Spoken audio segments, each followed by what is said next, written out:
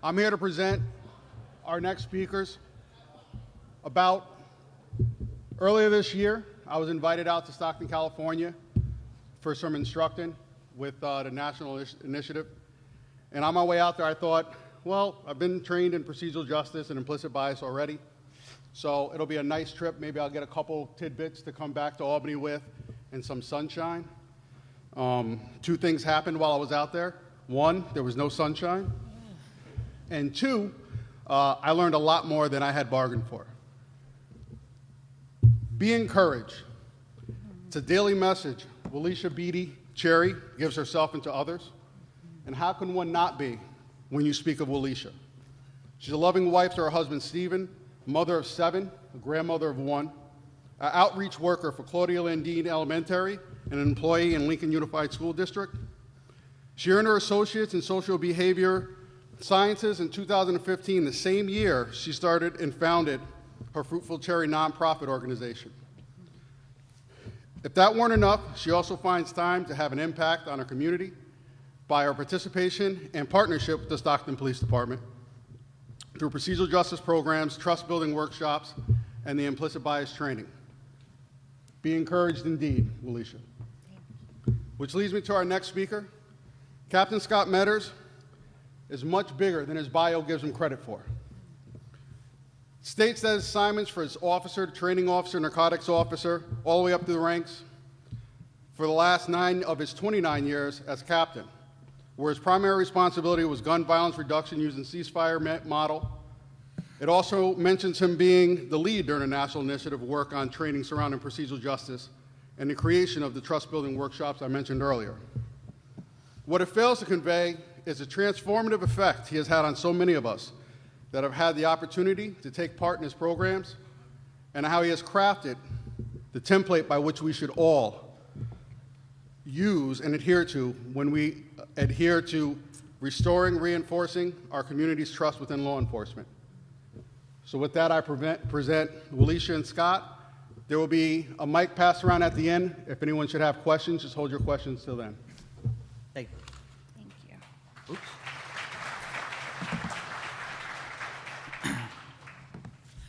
Thank you. What I'd like to do is kind of walk through how Stockton Police Department got started in procedural justice and how we found ourselves here today. As Willie had said, I was a captain in Stockton Police Department. I retired in August of last year.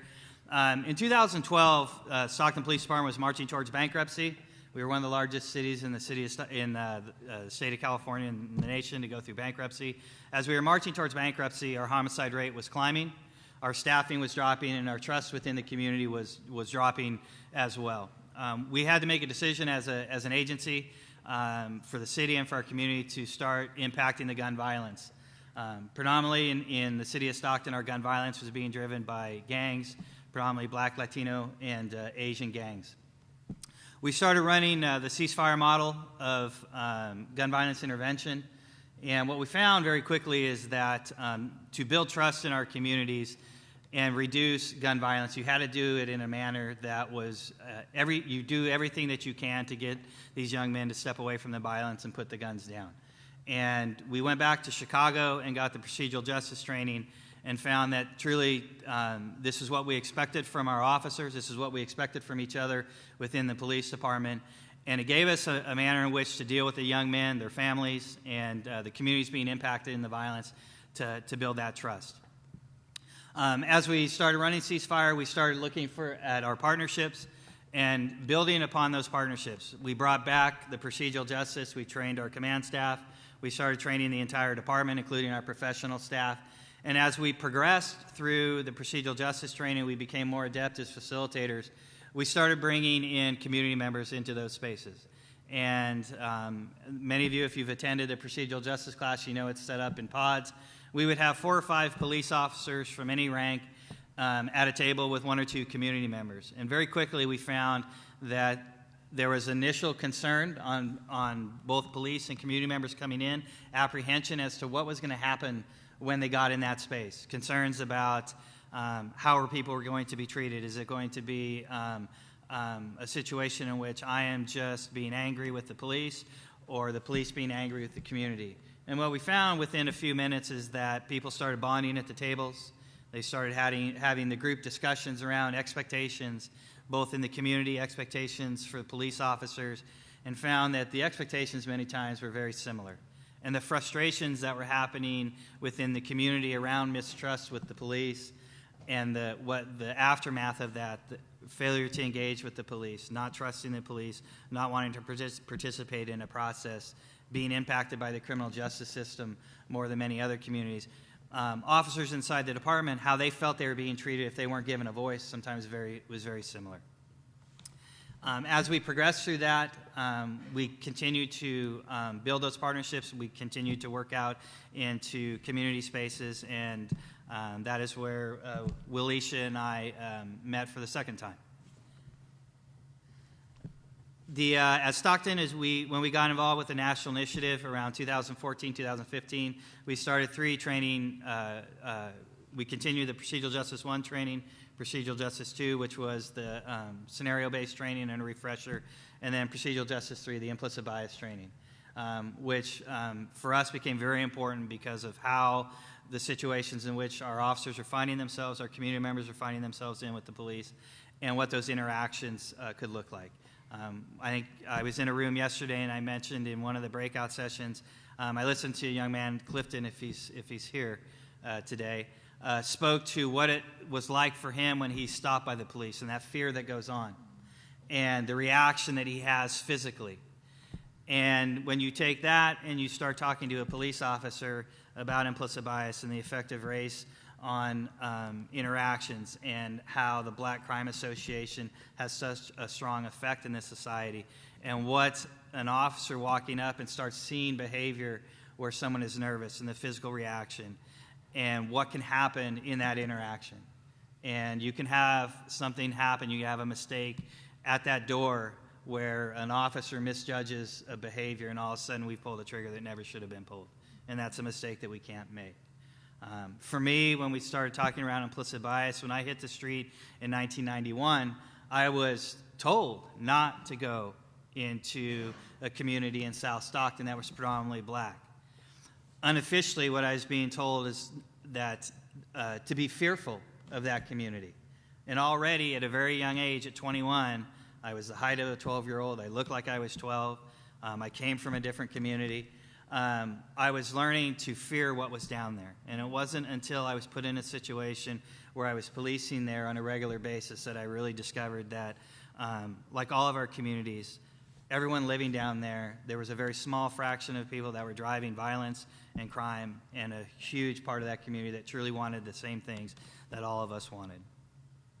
As Stockton progressed in the national initiative working on procedural justice, implicit bias, and reconciliation, Chief Jones started with listening sessions with community members in Stockton. And in those listening sessions, what that transformed into was the trust-building work we did in Stockton. And we took basically the concepts around procedural justice, and we created a trust-building workshop where you have predominantly community members, 4 or 5 community members with 1 or 2 police officers from command staff on down, having discussions around what are the situations nationally and locally that have created mistrust. How is it that we start rebuilding that trust? And what it did is it created a space to give our community members, and it's a continual process of institutionalizing that work, to give them a voice with the department. And many of the community members that have been in those spaces now become not only advocates for their communities, but also advocates around the fact that the police department is willing to do that work. We know with our community members, Wilisha included, that if the Stockton Police Department, if an officer, something goes on that's impacted the community in a negative manner, if something has happened, they're reaching out to us to give us time to figure out to provide those answers, but also holding us accountable. And that has become one of the important things coming out of the trust-building workshops. The institutionalizing the work, and it's been mentioned before around the procedural justice, Chief Dekmar spoke to the history and the understanding of that history. To really drive this type of work and create that change and to build that trust, it's institutionalizing those concepts of voice, neutrality, respect, and trustworthiness in evaluations, transfers, general orders, rules, and regulations. The more that it's institutionalized, the more that it takes hold within the agency. And it's truly this generation now of law enforcement that is going to have to, one, reconcile a past that has been very difficult to talk about, but also to drive that change and create a better narrative moving forward. And with that, I'm going to turn it over to Wilisha. Can you go to the photo of my father and myself? The next one. So, in 1982, the gentleman you see in this picture was 16 years old and became a father. I was born February 1982 to a 16-year-old boy.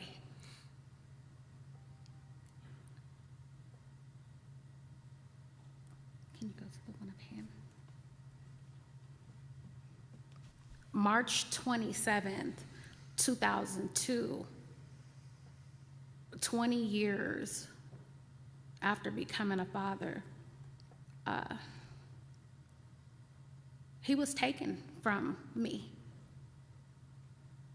taken from his wife, taken from my siblings, taken from our family.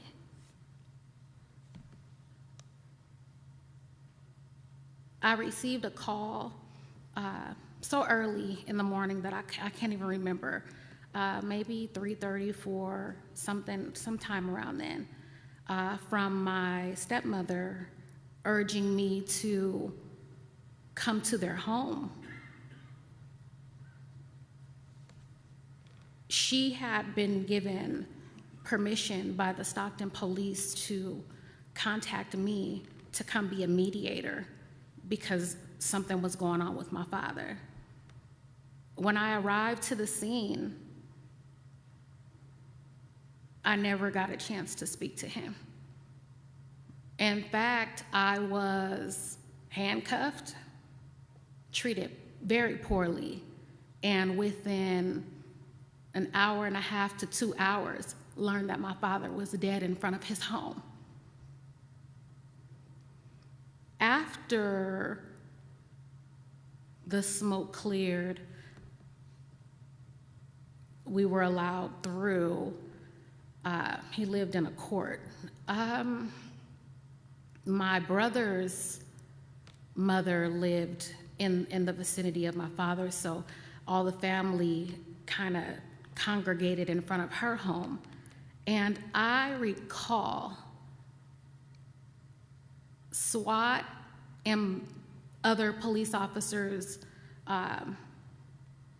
walking to their cars, and I remember clearly a trunk being popped from one of the officers or SWAT or somebody. I'm sure it was an officer's undercover car, it seemed, and they were handing each other sodas and donuts while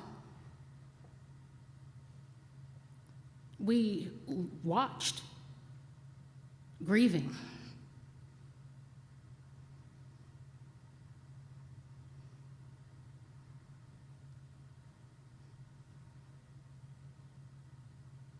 I was 20 when this happened and just didn't know what to do. But at the time I had a 1-year-old, so, you know, as a young mother or as a mother, you pick up and you go. And so that's all that I knew to do, was to raise my son and be a mother. Can I fast forward? Mm-hmm. So fast forwarding, within that year, my stepmother, her life just down spiraled. Drug addiction, homelessness, she lost custody of my siblings, which the younger two twin girls I was able to gain custody of and raise. I was able to keep in touch with my younger brothers. They were placed in a decent foster home, and so there was, you know, the relationship there.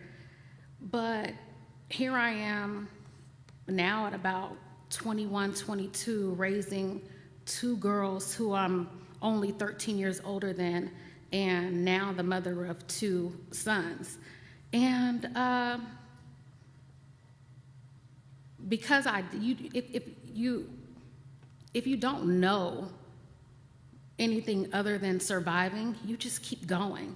And so in my process of keep going, I never had the chance to grieve. There were children that I had to raise. So from there, we're making it.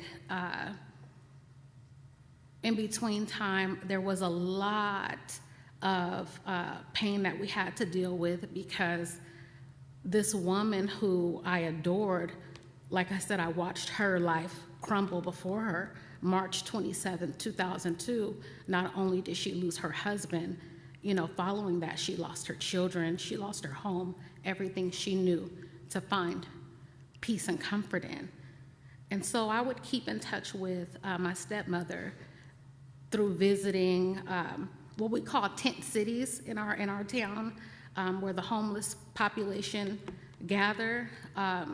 Random times as far as holidays, she'd call for meals that my husband would prepare. And it was just devastating to watch. But even in that, I knew the importance of making the best. And so I did go, I enrolled myself in school, have a hell of a passion to work with the youth. And so I've been in a school district working with young people since 2009. And, like he mentioned, the nonprofit I started, and all of that was important to me to be an advocate for the youth, as well as to come alongside and support our homeless population. And so fast forwarding a little bit further, I was invited to a sit down. It wasn't really too much detail explained. I just knew that there were going to be conversations between law enforcement and regular community members like myself. I accept the invitation, and that was sometime in 2016. I can't remember the month, but it was life-changing. I find myself in a big group. We are branched off into smaller groups where there's an officer per 5 community members. This is during the time when every time you turned on the news or got on social media, there was an officer-involved shooting. Every time I would read or hear about an incident, my heart shattered again, because of course it would take me back to March 27, 2002. So anyway, we're in this session. I'm not really sure of what to expect, but I show up and I'm seated to a gentleman who is the officer, and I'm in tears as we're having our conversations, and I happen to share of the incident with my father. And he asked, do you mind telling me your father's name? And so I share his name. And then he asked, when did this happen again? And so I share the date. And he, from there, shared he was one of the first responders. And so at that point, I kind of lost it, my emotions. This is 2016, so for 14 years, my family had never had any conversations, anything. There was never any follow-up, not a word, not a check-in, not anything. And so to hear from and to be in the presence of somebody who shares with me that they were one of the first responders. It was hard. At the end of the little session, this gentleman gave his business card to everyone in our circle but me. And I wasn't offended. I just was like, what in the heck? So he then gave me his phone number and shared that if I ever needed anything, to reach out. And while I thought that was a kind gesture, I figured I'll never see this guy again. And what I don't want to leave out is before we wrapped up, one of the things that he said to me that touched my heart was that my father is remembered. So as everybody went their separate ways, fast forwarding 2 weeks, my husband and I take my family to Six Flags, and we come back home, and our house has been broken into. My son, my youngest son at the time was 7, and that impacted him in a horrible way. He and I had a conversation maybe later the next couple of days, and I just happened, as a mom, you go into these conversations with your children. So anyway, I asked Kaylin, what are you afraid of? And he, in his little 7-year-old cute voice, says to me, I'm afraid of robbers, ghosts, and police.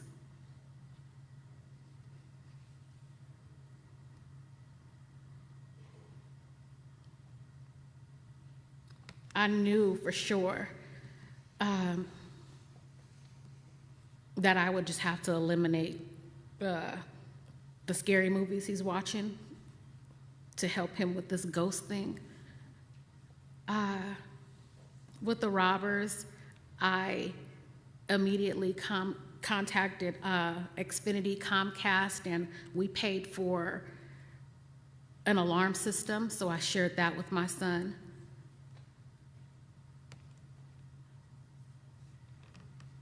But this thing about this fear of police,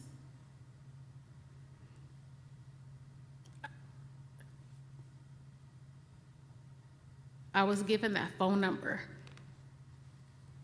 And so I reached out via text to this gentleman. And I said, hey, you told me if I ever needed anything, I could reach you. And he responded immediately, offering support to even talk to my son about ghosts. And so we set up a meeting so that he could be exposed to good cops. And from there, a relationship that I never saw coming has developed. Can you show the picture of me and the boys? So what's so important for me as a mother, as you all see, I have 6 boys, 6 black boys, who I cannot, I cannot afford for them to be afraid of the very people who are supposed to protect them.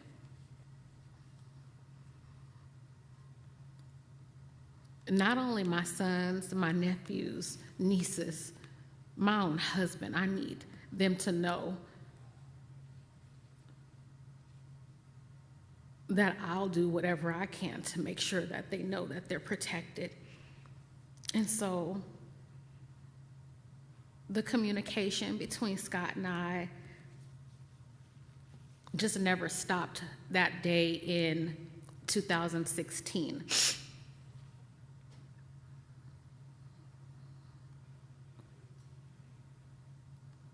I've learned a lot about that empty space that I didn't even know needed to be addressed or healed. And being able to sit in an intimate session with officers who look nothing like me, who have nowhere near the same background as me, and say to them,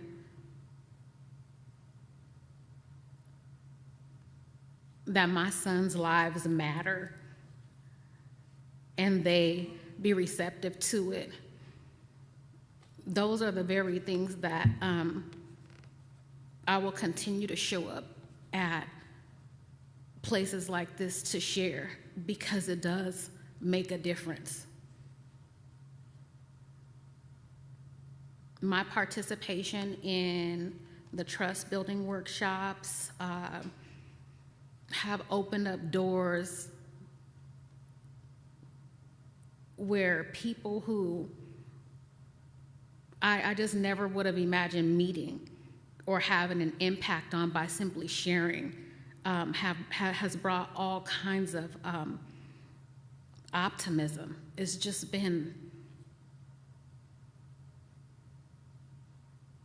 it's been something deep. The reconciliation piece,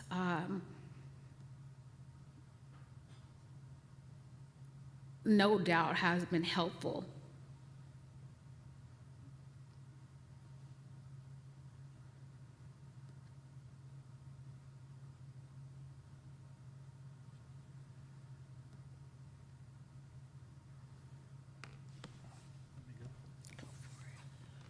When I first met Wilisha, I was asked to attend a community event. I didn't know much going into it. I knew less than Wilisha coming into it. I got there. It was a circle, and Wilisha was actually the first person to introduce herself. And when she introduced herself,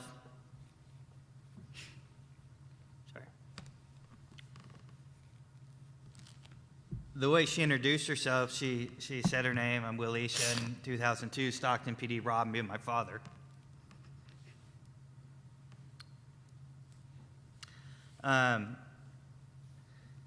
My first thought was, well, this isn't what I thought I was getting into today. And then I started thinking, okay, where was I at in 2002? I was 32. I was the senior sergeant on Graveyard. And very quickly, I knew exactly where I was. I was the person, the sergeant,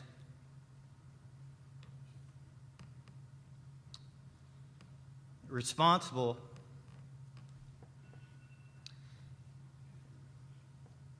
I was the sergeant responsible for the decisions in that event that led into and during the shooting. And when Wilisha and I ended up in the small group, I was left with two choices. I had been doing this work for quite some time, around the procedural justice work, and it put me in a position where the decision on what to do was easy for me to make. I had two choices, which was I could never say anything to her. I could acknowledge what she had said, and she never would have known who I was. And but as Wilisha said, I asked her who her father was, and to me, which was something of, and I knew her father's name. It had never been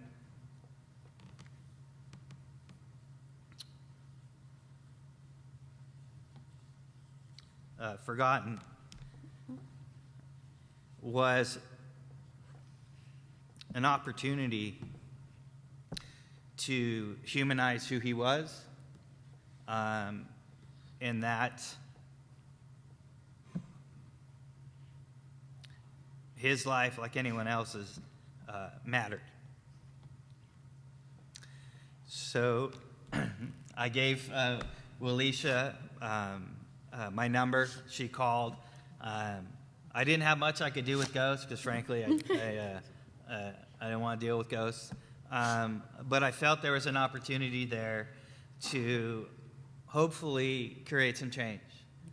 Because when a boy that's 7 years old, and he's African American, and he's already afraid of the police, and we hear that narrative didn't start in 2002, it didn't start in 1991 when I hit the street. That narrative has existed for a very long time. And this was an opportunity to try and make some change. And because of the procedural justice work, I was in a position mentally to have the conversations. And as you can tell for both of us, these are hard conversations to have.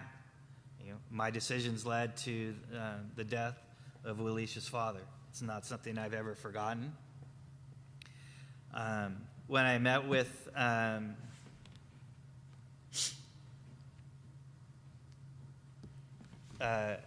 Wilisha and Kaylin, we brought him to the police department. You know, we showed him around the police vehicles. We talked with him. The officer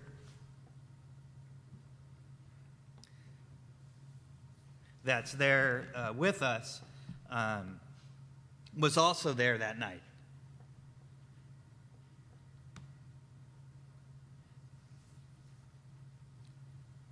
So that was an opportunity also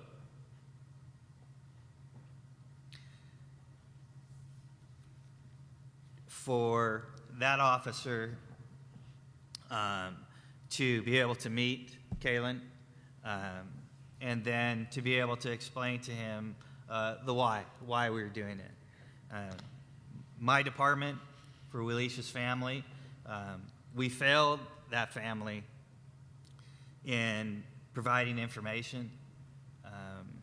It was not until 2016 when we actually had Wilisha in a procedural justice class that she was able to have an answer to her question of why she was placed and put in a police car. And I'm the one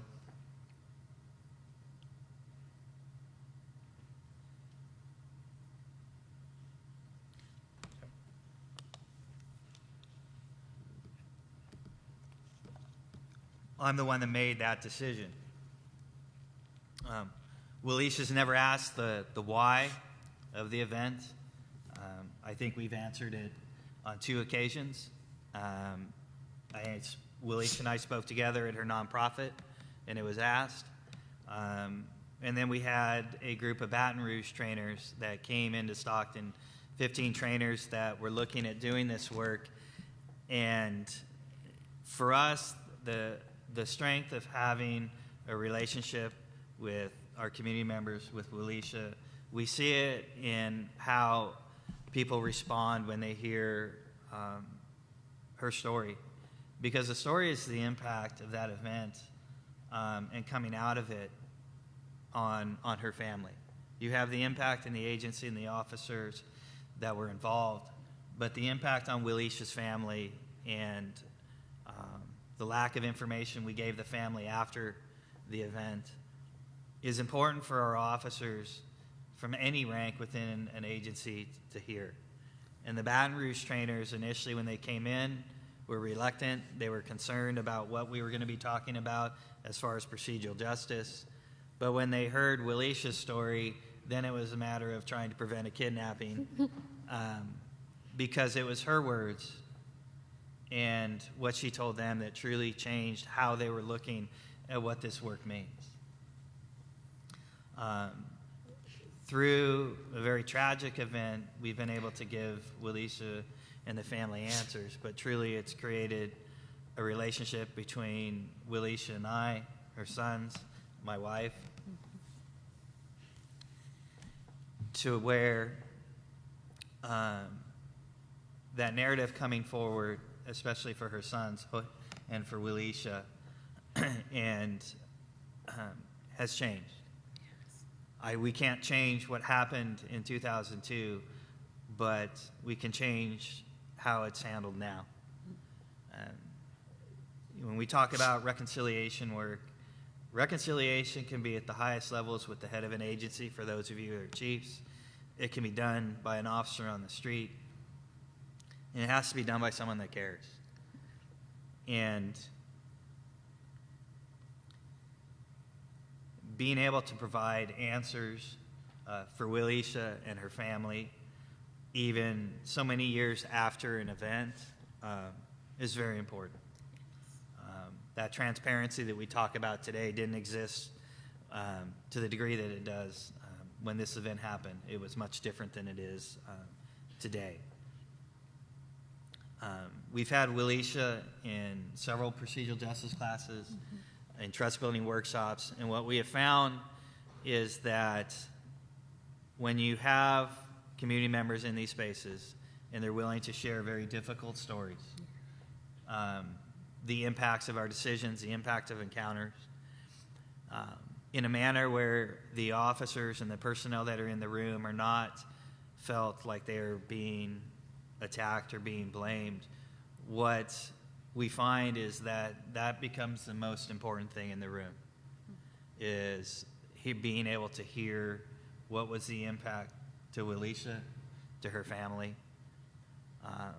Many times, we go through events, you have a critical incident, you have a shooting where someone has lost their life, and we get very focused internally within the agency, how we're handling that, how we're dealing with the personnel that went through it. And we forget that the person that force has been used on, they have a family as well. How it is that we deal with that family now is it's always been important, but now more than ever, is what does that look like through an event and the aftermath of the event, and being able to provide answers for a family so you don't have a situation where it takes over 15 years to be able to tell someone why it was they were thrown in the back of a police car. They're hard conversations, and yes, there's administrative things, but those answers in that conversation with families become so critical. Wilisha, in what year was the memorial? 2017? Yeah. In 2017, Wilisha reached out to me and asked if I would attend the memorial for her father. And this is a photograph from that memorial. And do you want to speak? So, as I mentioned, not that I purposely kept myself busy, but as a wife and a mother, you have duties, and you just move. You move on with life, and in that, I hadn't taken the time to really celebrate my father's life. And so I decided that at the 15-year anniversary, I wanted to do just that. He was a fisherman. He loved to fish. And in the background, you can see water in the photo, and that's downtown Stockton, where one of his favorite fishing spots. And so I wanted to gather with family and friends and, light candles and do a lantern release as a memory sake. And at this point, we are some months, if not almost a year into after meeting. And so there's this healing that has taken place that I didn't even know I needed within. As things have unfolded, questions had been answered, and for me, Captain Meadors had been just a special person in my life, and so I did. I reached out and invited him, and even that wasn't easy. I had family members who didn't agree, who didn't and do not understand this. But it was important for me. And I appreciated him accepting the invitation. It's symbolic for a whole lot of things.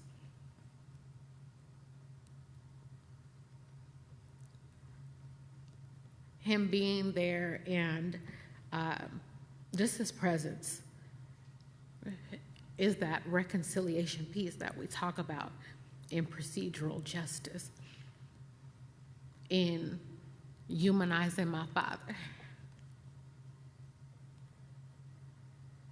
We didn't get to release the lanterns because it was way too windy. But in that circle of us passing the microphone and lighting the candles, his love was felt. And we were able to spend an hour or so just out there swapping stories about my father.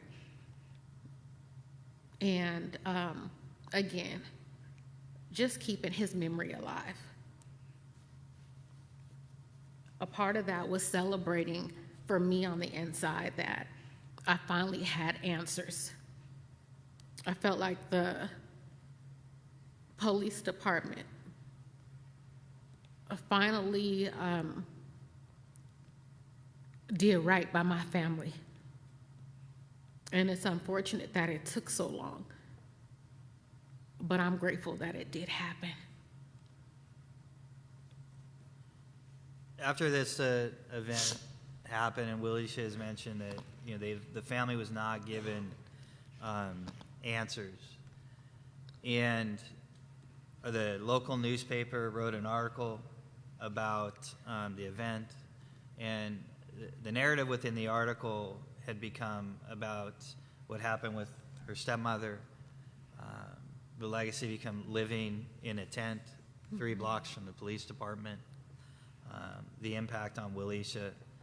And because of a willingness on both of our parts, and it has to be on both. This is not just me making an acknowledgement, but it's Wilisha willing to have and to listen and to be a part of the conversation, to have the relationship. That story has changed. And not only, I think, for both of us, and but for our families.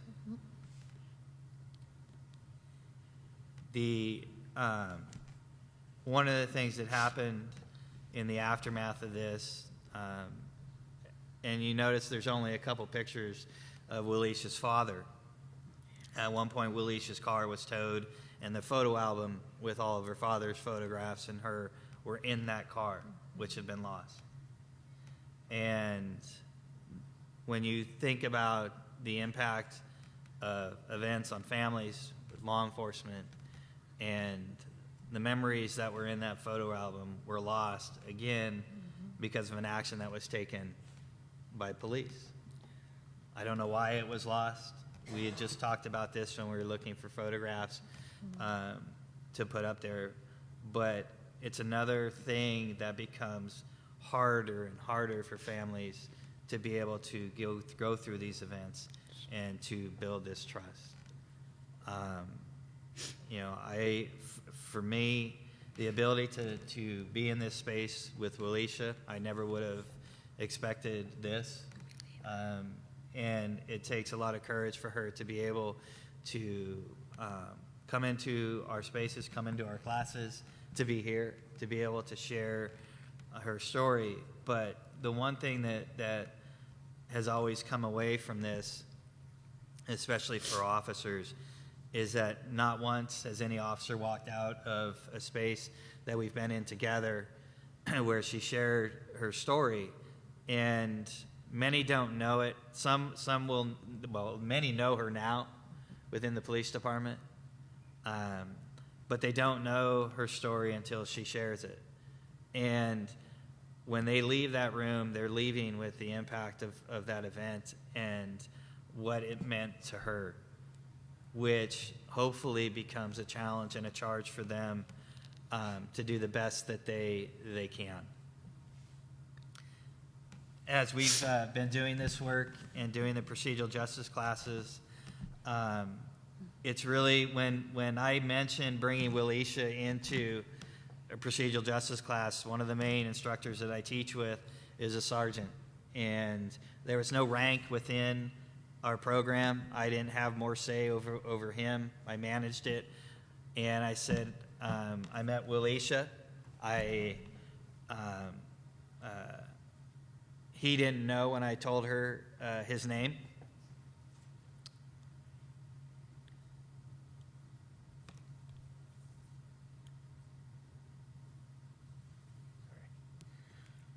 He was there that night as well. He was a canine officer. He was someone that actually, for the length of that event, was at my side during it. And I said, I want to bring Wilisha in. I met her. We've been talking. I think bringing her into our classes is going to be good. And he initially thought I was nuts. He says, I don't know about that. He says, how do you think it's going to go? I said, trust me. I said, I think when Wilisha speaks, we can be completely ignored the entire day, but what they won't ignore and they won't forget is Wilisha. And to us, that became very powerful. And we knew very quickly that Wilisha, her family, are very special.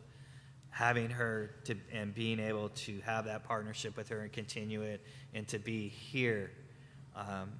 We've been lucky enough to work with agencies from all over the place that have got to meet Wilisha. And to an agency and to a trainer, it always becomes one of the most important things coming out of that. And that is definitely a credit to her willingness to be a part of this. Because the first encounters in 2002 and what the aftermath and what happened there does not make this easy at all. For community members, can you share what it's like for you in the classes? I don't know where to start. I went into the first space in the trainings not really knowing what to expect there, but I personally come out lighter in my spirit, being able to share, my heart more filled, and always appreciative of the opportunity, because there's a feeling, a vibe that you get when you're in the space and you're sharing. And it's a full circle thing from one of the trainings that I participated in. I want to say there were at least 20 brand new to the force, probably all white young males. And I can tell that the impact for them was hit home and was maybe even enlightening after we shared. They, one at a time approached me expressing verbally how things started to click in their minds. Some of us hugged. I was able to see some of them literally wipe tears from their eyes. And so the experience in those sessions, they help put a face with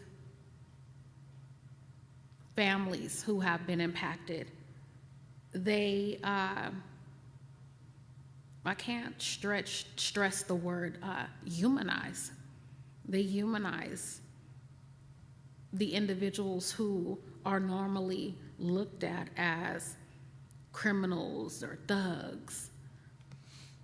And so the experiences are always healthy for not just us community members, but for the officers who are participating too.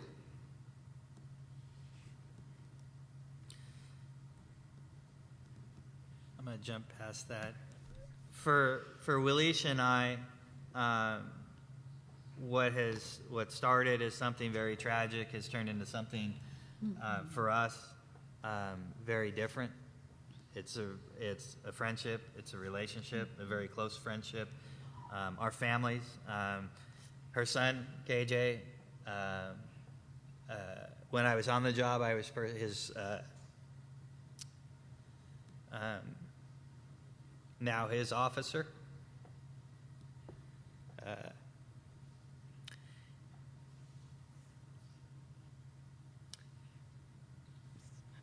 Now that I'm retired,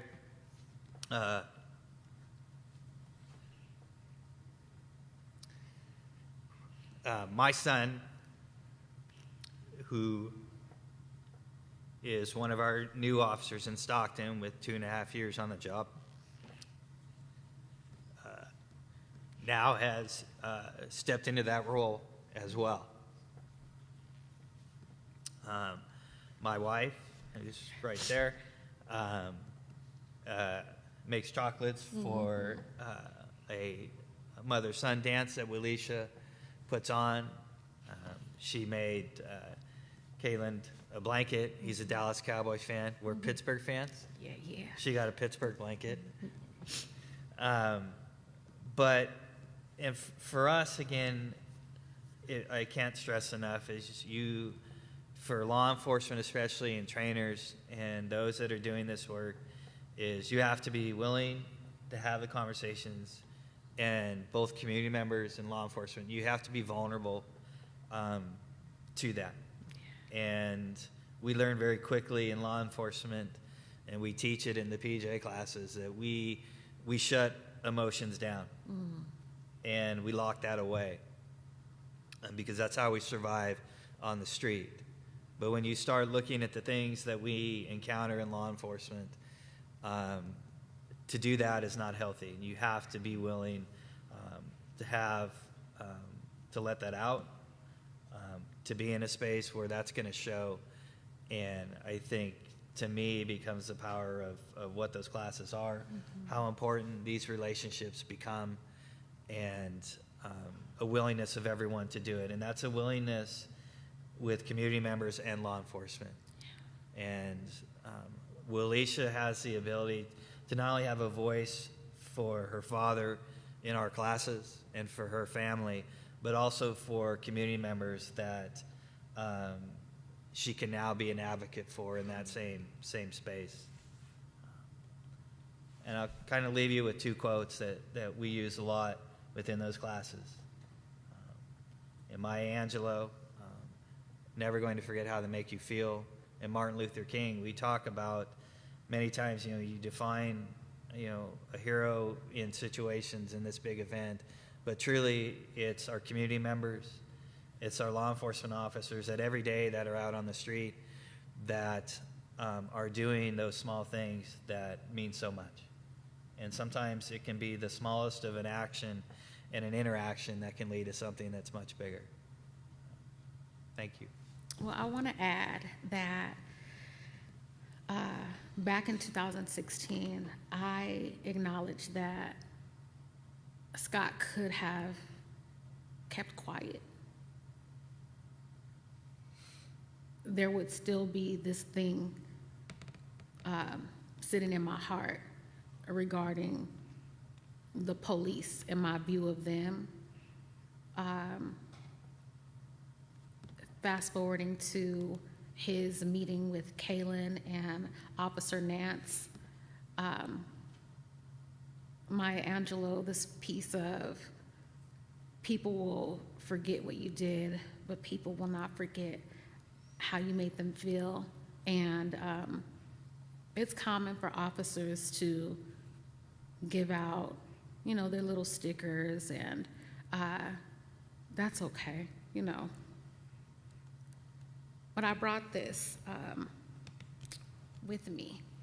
And the day that Scott met my son, he gave him this medal,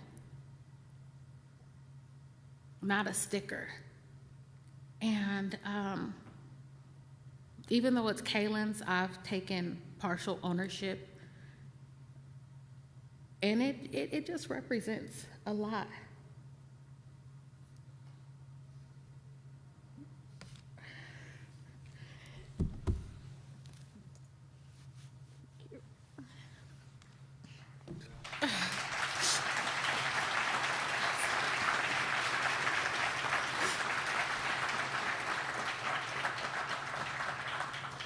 Thank you, guys. Are there any questions for us?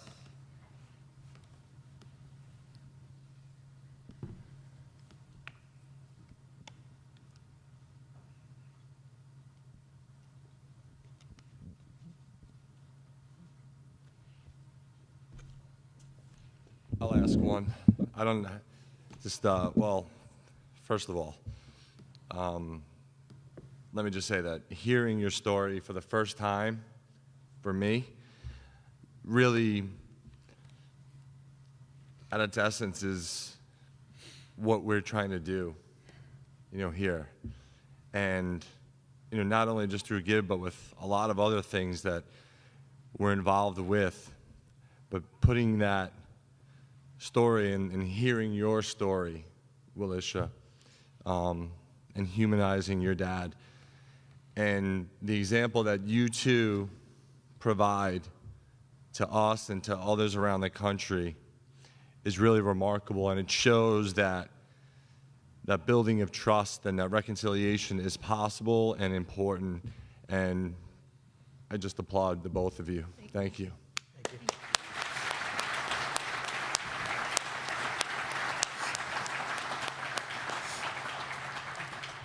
So now I just have one question, and I really would encourage anybody who's in here, this is an opportunity, I think, to learn from your example. But one question that I have is, what type of impact have you seen your relationship make with others in the Stockton Police Department, from your perspective, Scott? And then in the community, Wilisha, has there been other people who have changed their perceptions, because of what you guys have been doing? I think for us in the Stockton Police Department, all you have to do is say Wilisha, and a good majority of our people know who Wilisha is. They either have met her or they know her story. And that, for me, becomes very important, because for them to understand the impact of the event, understand and hear the story. Sadly, we know in this profession that it's going to happen again. There's going to be a situation in which a loss of life is going to occur. And if in that situation and in the aftermath of it, if they remember Wilisha, they remember her story, her father, hopefully when they're on those scenes, and for our agency as a whole, our ability to deal with the families in the community, they will remember that. And the outcome is always going to be tragic in any of those situations. But hopefully the process becomes much better for the family. We're not going to be able to change the outcome, but we do have the ability to control that process, especially afterwards, and the answers for a family going through that event. In regards to, so in a selfish manner, I'll say that my household, my children, are not on the defense. They're not on edge. They've been taught through Scott providing, I can text or call and have a random question. There's been an incident of my sons being pulled over, and